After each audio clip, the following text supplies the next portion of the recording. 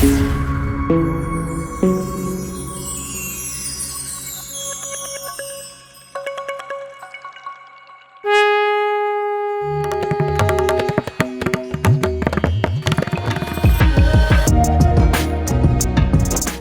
में dress code लागू कर दिया गया है। और मंदिर चूंकि एक आध्यात्मिक जगह है और वहाँ मनोरंजन का स्थान नहीं है, लव जिहाद, वहाँ से ओवैसी साहब ने भी कुछ कहा है। किसी भी प्रकार का धर्म का परिवर्तन वो गलत है। नमस्कार, मैं मलकीत फिर हूँ हाजिर न्यूज मित्र में, और आज हम चले हैं धर्म नगरी हरिद्वार। कर्ण कर्ण में वास देवत्व का, ये केवल धर्म की धरा नहीं है, वेद भूमि भी है और देवभूमि भी है। यहाँ की संतों की वाणी निराली है, जब भी कहते हैं बात बहुत दूर तक जाती है, चाहे फिर आवाज गंगा रक्षा की हो या सनातन धर्म की जय जयकार की हो, अखाड़ा परिषद की हो या फिर समाज कल्याण से जुड़ी हुई बातों का। हर संत का यही ऐलान है, यही घोषणा है और यही उपदेश है कि धरती के प्राणी मात्र का कल्याण हो। हम जानना चाहते हैं आज अखाड़ा परिषद के राष्ट्रीय अध्यक्ष श्री महंत रविंद्र गिरी जी से कि क्या कुछ आजकल अखाड़ा परिसर में चल रहा है और क्या कुछ संत नगरी में चल रही है। महाराज जी, आपका बहुत बहुत स्वागत कार्यक्रम में। बहुत बहुत धन्यवाद, आभार आपका। महाराज जी, सबसे पहले गंगा की आवाज बुलंद आप भी करते रहे और एक संत समाज पूरा सनातन से जुड़े हुए जितने गंगा भी भारत की ही नहीं संपूर्ण विश्व की एक ऐसी नदी है जी जो अपने आप में अलौकिक और दिव्य जल है उसका, जी जो लगभग 45 से 50 करोड़ लोगों की जीवन रेखा है। जी जी महर्षि भागीरथ ने तपस्या करके गंगा को जब पृथ्वी पर लाए तो भगवान शिव की जटाओं से गंगा तो कैलाश से नीचे उतर के आती है। प्रथम मैदान का क्षेत्र है हरिद्वार जी। इसका नाम हरिद्वार और हरद्वार, हर मतलब भगवान शिव यानी केदारनाथ भगवान, भगवान दक्षेश्वर जो भगवान शिव की ससुराल है कनकल नगरी, हरि यानी भगवान विष्णु बद्रीनाथ भगवान जी। तो गंगा क्योंकि अपने आप में उसका नाम लेने से ही हमारे पापों का क्षय होता है और संसार की जितनी नदियां हैं सबका जल दूषित हो जाता है। गंगा जल को अगर हम रखें 50 वर्ष तक भी तो उसमें कीटाणु नहीं पड़ते हैं। तो ये आशीर्वाद जो है महर्षि भागीरथ जी जब भगवान विष्णु से संवाद हुआ तो भगवती गंगा ने कहा कि आप मुझे मृत्यु लोक में भेज रहे हैं, वहाँ रहने वाले जीव मुझे प्रदूषित करेंगे, मुझे अपवित्र करेंगे, इसकी क्या गारंटी है कि मैं शुद्ध रहूं। तो महर्षि भागीरथ ने वचन दिया माँ गंगा को और भगवान विष्णु को कि मेरे कुल में आने वाले जो सन्यासी हैं और मेरी परंपरा में रहने वाले जो सन्यासी हैं वो 12 वर्ष की तपस्या का कुछ अंश कुंभ पर्व के माध्यम से आपके चरणों में समर्पित करेंगे, जिससे आप पवित्र रहेंगे। तो तपस्या मनुष्य के संताप को नष्ट करती है। जिस प्रकार से वैज्ञानिक विधि से अगर हम देखें तो नागा सन्यासी भस्म धारण करके जब गंगा में स्नान करते हैं तो वो गंगा को तो पवित्र करते ही हैं, लेकिन जो श्रद्धालु उनके दर्शन करते हैं उनको भी पवित्र करते हैं। और वैज्ञानिक दृष्टि से अगर हम देखें तो 3 गिलास में अगर हम जल लेते हैं, शुद्ध, थोड़ा कम अशुद्ध, थोड़ा पूर्ण अशुद्ध है, उसमें अगर हम भस्म डालते हैं तो भस्म जो है वो कीटाणु नाशक होती है, तो जल को शुद्ध करती है। तो ऋषियों ने इस पर बड़ा रिसर्च किया है। तो आज जो गंगा की स्थिति है, नमामि गंगे अभियान जो माननीय प्रधानमंत्री जी ने चलाया है, इसकी शुरुआत पूर्व के प्रधानमंत्री माननीय मनमोहन सिंह जी के टाइम पर हम लोगों ने एक गंगा रक्षा मंच बनाया था, जिसकी अध्यक्षता ब्रह्मलीन महामंगलेश्वर सतगीतानंद जी महाराज, आदरणीय अशोक सिंगल जी, श्रद्धेय स्वामी रामदेव जी और मैं और स्वामी एक उसमें जो उस समय भारतीय जनता पार्टी के राष्ट्रीय महासचिव थे गोविंदाचार्य जी और सुब्रमण्यम स्वामी, ये 6 लोगों ने मिल करके गंगा रक्षा मंच का प्रथम बैठक रामदेव जी के यहाँ हुआ। तो प्रधानमंत्री जी से हम लोगों ने समय लिया कि गंगा के ऊपर पूर्व में भी प्रधानमंत्री राजीव गांधी ने गंगा एक्शन प्लान की शुरुआत की थी, लेकिन उस पर बजट के साथ में कार्य वैसा धरातल हुआ नहीं। लेकिन प्रधानमंत्री जी ने उस समय जो है गंगा को राष्ट्रीय नदी घोषित किया और उसको कोर्ट के माध्यम से हम लोगों ने जो केस डाला उसको जीवंत माना गया। और वर्तमान सरकार में जो मानव संसाधन मंत्रालय के साथ में जल संसाधन मंत्रालय है,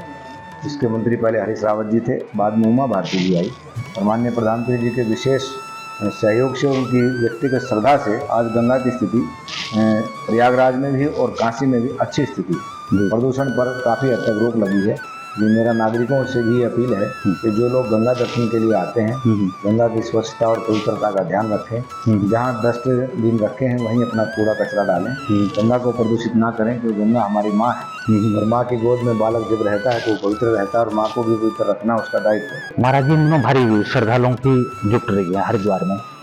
गंगा द्वार की हृदय स्थली हर की पैड़ी की बात करें तो भारी भीड़ है, एक आस्था का सैलाबियों कहीं की उमड़ पड़ा है। लेकिन कहीं आपको लगता है जो श्रद्धालु हैं थोड़ा भटक रहे हैं अपनी श्रद्धा क्योंकि भक्ति। ये उत्तर भारत में एक गंगा जी के प्रति जो लोगों का आकर्षण है, और पुराणों में उल्लेख आता है जी कि सतयुग में पुष्कर, जी त्रेता में नैमिषारण्य, द्वापर में कुरुक्षेत्र जी। और कलयुग में हरिद्वार प्रधान तीर्थ है। तो जो तीर्थ की प्रधानता है यहाँ के 2.5 कोस की जो क्षेत्र लगभग 7.5-8 किलोमीटर का जो क्षेत्र है, उसमें एक विशेष आध्यात्मिक वाइब्रेशन है, और गंगा के प्रति लोगों का आकर्षण कभी कम नहीं होगा। लेकिन समाज में सभी प्रकार के लोग हैं, बिल्कुल। अच्छे लोग भी आते हैं, बिल्कुल। कुछ लोग मनोरंजन की भावना से आते बिल्कुल। हैं, अधिकांश लोग आत्मरंजन की भावना से आते हैं। बिल्कुल बिल्कुल जो आत्मरंजन की भावना से आते हैं श्रद्धा से गंगा में स्नान करते हैं। बिल्कुल। लेकिन कई बार समाज में ऐसे दुष्ट लोग भी आते हैं, इस पर समय समय पर प्रशासन के द्वारा, साधु समाज के द्वारा और गंगा सभा के जो आदरणीय हमारे ब्राह्मण वर्ग के लोग हैं, आरती पौड़ी की व्यवस्था देखते हैं, उनके द्वारा भी उनको सचेत किया जाता है, एक्शन लिया जाता है। लेकिन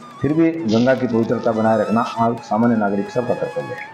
बहुत धन्यवाद। एक महत्वपूर्ण सवाल बड़ी चर्चाओं में है, मंदिरों में ड्रेस कोड लागू कर दिया गया है, ये बात मंदिरों में ड्रेस कोड लागू कर दिया गया नहीं, पहले से लागू है। अच्छा क्योंकि दक्षिण भारत के अधिकांश मंदिरों में जी जो हमारी वैदिक परंपरा है, जो हमारा परिधान है, जो हमारा व्यवहार है, जो हमारी वेशभूषा है, उसके अनुसार ही हमारी पूजा बढ़ती है। जी जी जब हम हवन में बैठते हैं, शादी के मंडप में बैठते हैं, कोई धार्मिक आयोजन करते हैं, जी जी तो हमारे वस्त्र शालीन होने चाहिए, एकदम सभ्य होनी चाहिए। बिल्कुल। और जिस समाज का हमारा वो आयोजन है, उस समाज की वेशभूषा हमारी पहचान है। भारत की राष्ट्रीय संस्कृति धर्म से जुड़ी हुई है। आज भी समाज में हमारे देश के राष्ट्राध्यक्ष जैसे माननीय प्रधानमंत्री जब अमेरिका गए जी जी तो वहाँ गुजरात के लोगों ने गुजराती वेशभूषा में, बिल्कुल। पंजाब के लोगों ने पंजाबी वेशभूषा में, बिल्कुल। और जो भी तमिलनाडु के लोग जो है वहाँ दक्षिण भारत के, उन्होंने वहाँ उनका स्वागत किया है। तो वो वस्त्र जो है हमारी राष्ट्रीयता की पहचान है। और मंदिर चूंकि एक आध्यात्मिक जगह है और वहाँ मनोरंजन का स्थान नहीं है, वो आत्मरंजन का स्थान है। बिल्कुल। समाज में कुछ भटके हुए हमारे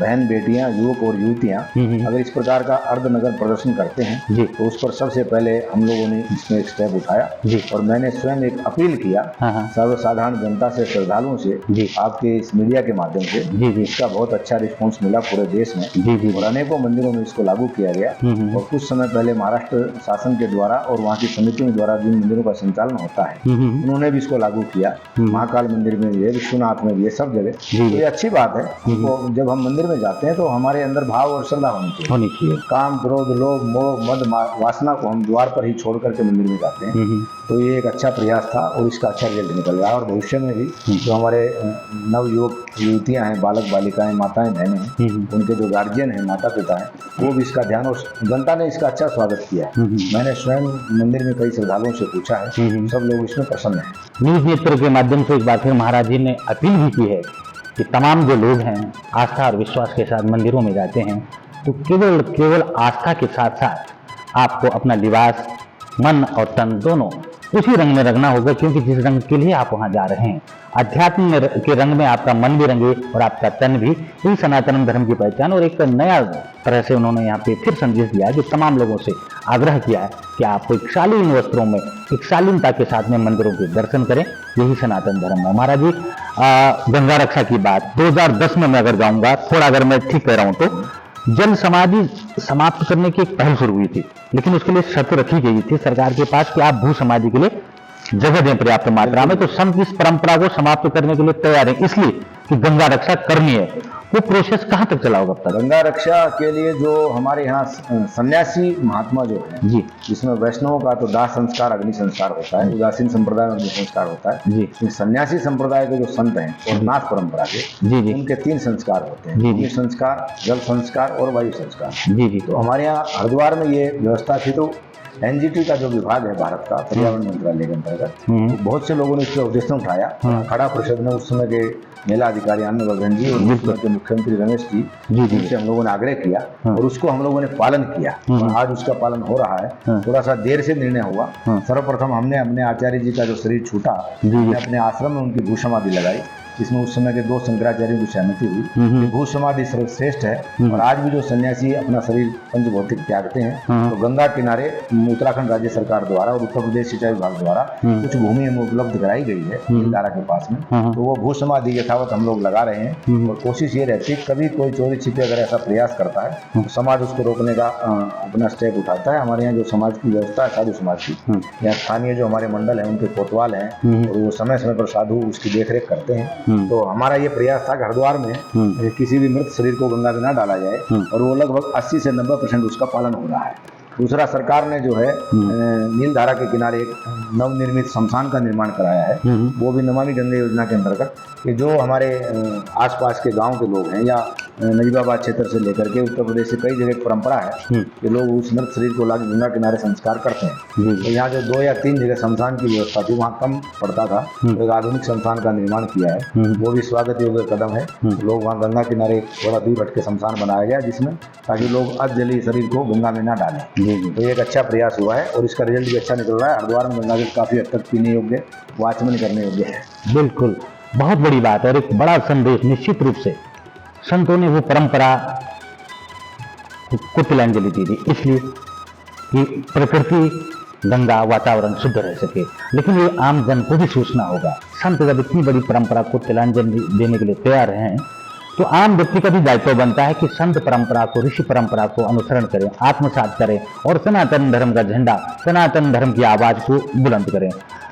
महाराज जी, मौजूदा समय में लव जिहाद इन दिनों उत्तराखंड की वादियों से होकर अब हैदराबाद भी चला गया है, वहां से ओवैसी साहब ने भी कुछ कहा है, आपकी कोई टिप्पणी इस पर? ये एक ऐसी विकृति है समाज की, जिस पर समय समय पर हम लोगों ने पूर्व मुख्यमंत्रियों को सचेत किया था कि उत्तराखंड में जो पलायन की स्थिति हो रही है और कुछ जो हमारे देवस्थान हैं 4 धाम के आसपास अगर कुछ दूसरी कम्युनिटी के लोग अपने आवास बना रहे हैं, तो भविष्य में जनसंख्या का जो घनत्व है उसके लिए भी समस्या खड़ी होगी। और वहाँ की कानून व्यवस्था के साथ में जो वहाँ का हमारा लोकाचार व्यवहार है, जो हमारी वहाँ की पहाड़ की परंपराएं हैं, वहाँ की वेशभूषा, वहाँ का रहन सहन, वहाँ का जो दैविक परंपराएं हैं, उसमें कहीं न कहीं आधुनिकता का पुट लगेगा।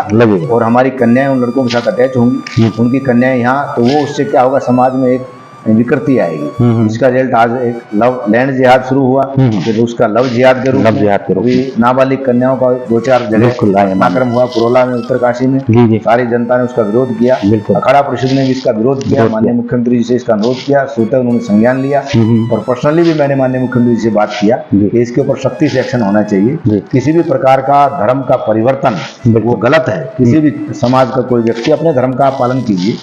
सनातन परंपरा ये कहती है, हमारे इस राष्ट्र ने सभी धर्मों को यहाँ शरण दिया है, हमने कभी कन्वर्जन की कोशिश नहीं की है। लेकिन बलात्पूर्वक अगर कोई काम करेगा तो नागा सन्यासी शस्त्र और शास्त्र में निपुण है, शासन के सहयोग के लिए हमेशा हैं, देवस्थान, धर्म स्थान, राष्ट्र रक्षा, धर्म रक्षा के लिए हमेशा तत्पर हैं, आज भी हैं और भविष्य में भी रहेंगे। पूर्व काल में भी हम लोगों ने इनका विरोध किया है और कुछ ऐसे विधर्मियों के द्वारा अगर ऐसा प्रयास किया जाता है तो उस पर दंडात्मक कार्रवाई कानून के माध्यम से सरकार करेगी और जो सहयोग साधु समाज का होगा वो हम करेंगे। बहुत धन्यवाद। आपने शस्त्र और शास्त्र की बात की, निश्चित रूप से आपकी बात, क्योंकि संत जब कहता है तो उस बात का वजन काफी बढ़ जाता है। महाराज जी, थोड़ा सा संदेश उन लोगों के लिए भी जो समाज हमारा है, जो थोड़ा दिशा से भटक रहे हैं, राह से भटक रहे हैं, उन लोगों की आप अगर कोई बात कहेंगे तो ज्यादा सुनी जाएगी। हमारी जो सामाजिक परंपरा है, जैसे गुजरात राज्य है, जैसे राजस्थान है, महाराष्ट्र है, बहुत से राज्यों में आज भी, हरियाणा में है, उत्तर प्रदेश के बहुत से भागों में एक संयुक्त परिवार की एक व्यवस्था है। जैसे जैसे परिवारों का विघटन हो रहा है, समाज में चरित्रहीनता बढ़ रही है और लोग जो है अनियंत्रित हो रहे हैं, लोकतंत्र की परिभाषा का मजाक बनाया जा रहा है। तो इस पर अंकुश लगना चाहिए, क्योंकि समाज जो है एक समूह को, राष्ट्र जो होता है वो व्यक्तियों के समूह को बनकर के बनता है। किसी एक जमीन के टुकड़े को राष्ट्र नहीं कहा जाता है। बिल्कुल, उस राष्ट्र की अपनी सभ्यताएं हैं, उसकी परंपराएं हैं, बिल्कुल, उसका गौरवशाली इतिहास है। और भारत एक ऐसा राष्ट्र है जिसका लाखों वर्षों का इतिहास है, जिसमें ऋषि परंपरा है। भगवान के जितने अवतार हुए हैं वो सारे इसी भूमि पर हुए हैं और आज भी हमारे यहाँ नारी को देवी के रूप में पूजा जाता है। वर्तमान में जैसे गुप्त नवरात्रि का पर्व चल रहा है, साल में 4 बार नवरात्रि आती है। गुजरात में गरबा का आयोजन होता है। आज संपूर्ण भारत में उसका एक परिवेश बदल गया है। तो भारत की संस्कृति और सभ्यता, जो हमारे यहाँ लोकाचार व्यवहार है, स्थानीय जो वहाँ की व्यवस्थाएं हैं, वहाँ की सांस्कृतिक जो कलाएं हैं, उसका प्रदर्शन एक दूसरे राज्य के साथ हम शेयर करते हैं। भाषाएं अलग हो सकती हैं, हमारा रहन सहन अलग हो सकता है, लेकिन फिर भी हम सब एक हैं, क्योंकि भारत की यही विशेषता हमेशा से रही है। पूर्व के लोग, जैसे शंकराचार्य जी ने अभियान चलाया, संपूर्ण भारतवर्ष को 4 मठों के सूत्र में बांधा। तो दक्षिण भारत के पुजारी उत्तर में है। आज हमारे यहाँ बद्रीनाथ और केदारनाथ में रावल जो है वो दक्षिण भारत से आते हैं, और रामेश्वर के जो पुजारी हैं हमारे उत्तर भारत से जाते हैं, और पूर्व के जो जगन्नाथपुरी के पुजारी हैं वो गुजरात से जाते हैं, और गुजरात में जो द्वारकाधीश हैं या जो अन्यत्र सिद्ध स्थान है वहाँ के पुजारी पूर्वांचल से जाते हैं। तो इसका एक सूत्र में बांधने का प्रयास यही शंकराचार्य भगवान का था कि सारा देश धर्म समाज को जोड़ता है, धर्म को एक सूत्र में बांधा जाए। जिस आदि जगत गुरु शंकराचार्य भगवान ने पृथ्वी का सबसे अंतिम छोर केरला राज्य की कालड़ी स्थान पर जन्म लिया और अपने उस पंचभौतिक शरीर की समाधि पृथ्वी का एंड हिमालय केदारनाथ में लिया। तो ये एक हमारे पूर्वजों की परंपरा रही है और आज भी वो कायम है। चार धाम की यात्रा में जो लोग आ रहे हैं और आने वाले कुछ दिनों में यहाँ उत्तर भारत में श्रावण मास प्रारंभ हो रहा है, कांवड़ यात्रा के लिए जो भाई बहन आएंगे उनसे भी मेरी आपके इस चैनल के माध्यम से अपील है कि वो पर्यावरण का ध्यान रखें, गंगा की व्यवस्था को बनाए रखें, कानूनी व्यवस्था के साथ में पुलिस प्रशासन और यहाँ के नागरिकों का सहयोग करें। आप तपस्या की भावना से गंगा जल लेकर के भगवान का शिव का अभिषेक करें और गंगा जल अपने शरीर पर धारण करके अपने नगर गांव में जाकर के भगवान का अभिषेक करें। यही एक तपस्या है। तो कांवड़ क्योंकि कुंभ के बाद में एक सबसे बड़ा मेला हरिद्वार में प्रतिवर्ष लगता है जिसमें करोड़ों की संख्या में लोग आते हैं। उसमें बहुत सी पर्यावरण की समस्याएं भी खड़ी होती हैं, सफाई की व्यवस्थाएं होती हैं, लेकिन शासन और यहाँ की जनता खूब सहयोग करती है। आने वाले आगंतुक कांवड़ के जो बंधु बहने उनसे मेरा आग्रह है कि हरिद्वार की जो व्यवस्था है उसको आप बनाए रखें। वो आपका ही है, गंगा आपकी है, गंगा हम सबकी है, ये सबकी माँ है। महाराज जी बहुत धन्यवाद। और आपने तमाम मुद्दों पर बहुत बेबाकी से अपनी राय रखी। एक नाम बड़ा जोर शोर से पिछले समय से आप देख रहे हैं, धीरेन्द्र कृष्ण शास्त्री, बागेश्वर धाम, और उसके साथ हिंदू राष्ट्र की मांग और एक तरफ संविधान। भारत का संविधान कहता है प्रत्येक नागरिक को अपनी अभिव्यक्ति व्यक्त करने का अधिकार है, ये संविधान के अंतर्गत। जी बिल्कुल। जहाँ तक पंडित धीरेन्द्र शास्त्री की बात है, मैं उनसे मिला हूँ, मेरे से मिले हैं, यहाँ हरिद्वार भी आया था। जी जी जी। वो हमारे जगत गुरु जो है राम भद्राचार्य जी महाराज से दीक्षा लिया हुआ है। जी जी जी। और एक अच्छे ब्राह्मण है, हनुमान जी की पूजा करते हैं। और जो व्यक्ति जब भगवान की सेवा में रहता है, अभी वो ब्रह्मचारी है, शादी उन्होंने किया नहीं, युवा अवस्था में है, और एक अगर समाज को बदलने का अच्छा प्रयास कर रहे हैं तो उसकी मैं सराहना करता हूँ। कभी कभी क्या होता है, युवा अवस्था में आवेग में उनको अपनी भाषा पर संयम रखना चाहिए। बिल्कुल। इससे कुछ ऐसे शब्द ना निकले इससे हमारे समाज के अलावा दूसरे समाज को कष्ट हो, क्योंकि भारत ये का संविधान ये आज्ञा नहीं देता है कि किसी जाति विशेष, धर्म विशेष के प्रति हम उग्र भाषा का प्रयोग करें। बिल्कुल। शालीनता और संविधान की भाषा के तहत अगर वो कोई आग्रह करते हैं जनता से राम कथा भागवत के माध्यम से, तो वो अच्छा है। बिल्कुल। तो श्रोताओं, ये थे आज हमारे साथ राष्ट्रीय अध्यक्ष अखाड़ा परिषद के श्रीमंत रविंद्रपुरी जी महाराज, और तमाम मुद्दों पे बात की इन्होंने, और बातों बातों में थोड़ी सी बात धीरेन्द्र कृष्ण शास्त्री के संबंध में भी कह डाली। अभिव्यक्ति की स्वतंत्रता की उन्होंने यहाँ पे बात कही, और इशारों में उन्होंने कह दिया कि हर व्यक्ति को चाहे किसी भी धर्म का हो, भाषा और हर धर्म का सम्मान करना चाहिए। बहुत बहुत धन्यवाद महाराज जी कार्यक्रम को जुड़ने के लिए। Thank you so much. पूरी टीम को और आपके सारे दर्शकों को मैं भगवान शिव के ससुराल कनकल हरिद्वार से बहुत बहुत शुभकामनाएं और बहुत बहुत बधाई देता हूँ। Thank you so much. धन्यवाद।